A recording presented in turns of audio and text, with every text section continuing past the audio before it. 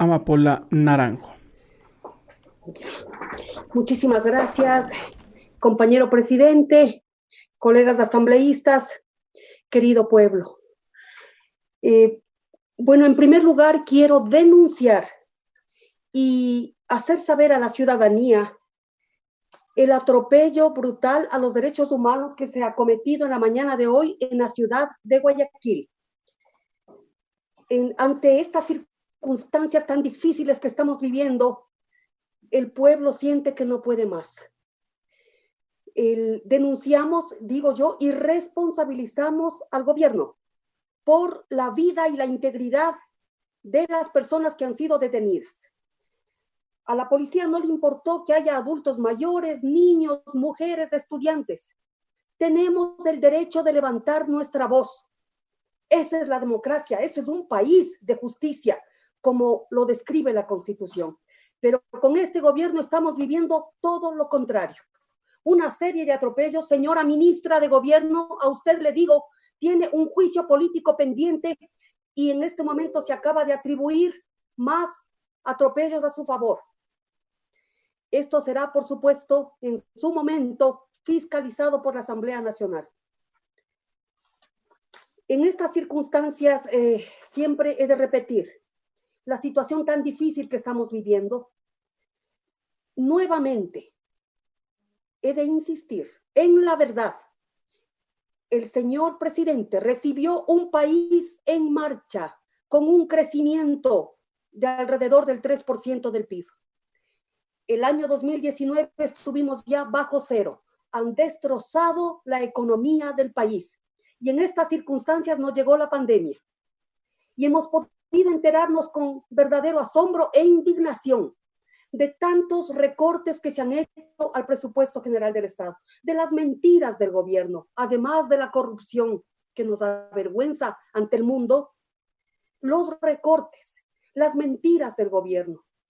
No sabemos cuánto había, qué pasó. En vez de atender y salvar vidas, se pagó la deuda externa. Compareció ante la Asamblea el señor ministro y por ello también tiene que responder con juicio político y nos mintió a la final que había pagado a bonistas más de 300 millones de dólares, que no había pagado intereses. Sin embargo, hoy se sabe que sí pagó intereses y pagó mucho más de los 325 millones, mucho más. Aparece 760 millones más pagados entre febrero y marzo. ¡Qué infamia! ¿Qué es lo que estamos viviendo? ¿Qué clase de monstruos están frente al gobierno que no les importa el dolor del pueblo?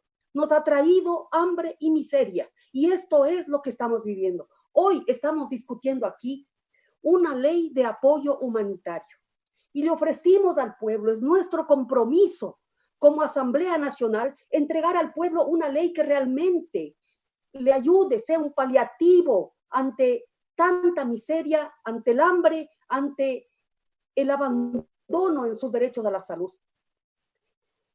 La bancada de la Revolución Ciudadana ha propuesto varias iniciativas de ley y así, en resumen macro, por Dios, lo más lógico, suspender el pago de la deuda externa, suspender, renegociar en términos que realmente nos den un auxilio en este momento. El cobro del SRI a los deudores es el colmo que no se lo haya hecho y son impuestos del año anterior, que ya se venció, y de años anteriores. Las empresas solo quieren ganar, ganar y ganar. Así lo dice Angela Merkel. El problema en el mundo es que los ricos no quieren pagar, no quieren impuestos, quieren solamente su ganancia. ¡Qué injusticia del mundo! ¡Qué injusticia! Ahora les ha tocado una verdad. Es necesario, como dicen varios asambleístas, es el momento de la solidaridad. Todos tenemos que unirnos y dejarnos de política. La política es el arte de servir, es el arte de debatir como lo estamos haciendo. La solidaridad tiene que ser en torno a la justicia, que el que más tiene, más ponga, claro que sí. Si a un trabajador se pretende quitarle el 10%, ¿dónde está el 10% de los grandes capitales de Ecuador? ¿Dónde está? Así sí podríamos hablar de una equidad y de una solidaridad para el pueblo ecuatoriano, para los que no tienen nada. Es por ello que nos opusimos a más confiscación a los servidores públicos, a trabajadores autónomos, a trabajadores privados. No es posible. El pueblo no puede más y esto se está saliendo de las manos. Es por ello que pese a las restricciones, la gente está saliendo a las calles. Puede darse otro estallido. Por Dios, le pedimos al gobierno más coherencia, un poco de responsabilidad, un poco de solidaridad realmente, si es que le suena esa palabra.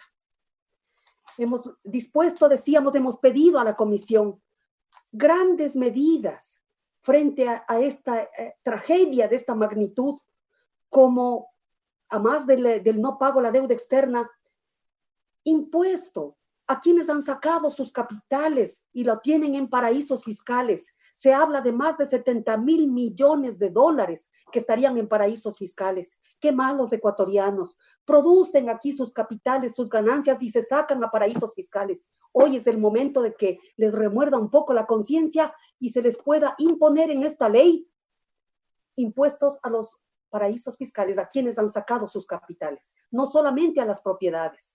Y esto es lo que les duele. Y necesitamos de urgencia que la banca baje sus tasas de interés, por Dios. Eso es urgente para poder proporcionarle liquidez a la gente. Es urgente y esto es lo que más les duele. Y por eso gritan, lloran, en fin. No necesitamos limosna ni caridad. No necesitamos. Necesitamos una verdadera justicia en cuanto al que más tiene, más ponga. Le ha llegado el momento a los grandes capitales y esta ley tiene que contener eso. Si no contiene estas grandes transformaciones estructural, no podremos votar a favor. No podremos votar a favor de la injusticia. El pueblo no puede más. Y entre esta política tan perversa de este gobierno que nos ha llevado al declive, a un precipicio realmente, con tanta pobreza, con tanta miseria, los recortes a la salud y a la educación, que son sagrados, y lo viene haciendo en nuestra cara sin inmutarse todos estos años, 3 años de desgobierno, recortes brutales a la salud y a la educación, que ni siquiera en estado de excepción le faculta al presidente hacer esos recortes, pero se los ha hecho de manera abusiva, arbitraria, inconsulta. El día de ayer nos enteramos que la Corte Constitucional y otra unidad de justicia han decretado medidas cautelares solamente en torno a las denuncias o demanda presentada por universidades, que es la educación superior. Nosotros en esta ley estamos planteando que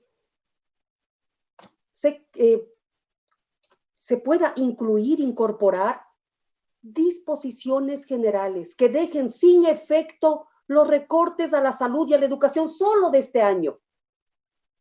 Los que ya pasaron se burlaron, pero solamente de este año. No es posible que la educación haya sido atacada en semejante forma. La educación, la alimentación, el trabajo, son las columnas que sostienen ese derecho a la vida del que habla nuestra Constitución, el buen vivir.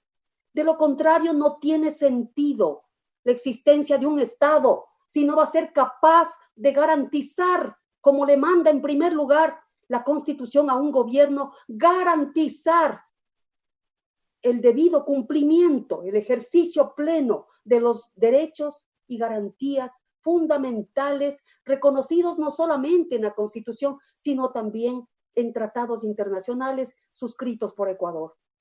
No es posible que la Asamblea no diga nada frente a estos recortes, que se nos falte el respeto, porque en la Comisión de Educación a la que me pertenezco, hemos llamado al ministro de Finanzas y ni siquiera ha tenido la cortesía de enviar una esquela de disculpa. Simplemente la Asamblea le importa un pepino. Eso es lo que está pasando con este gobierno.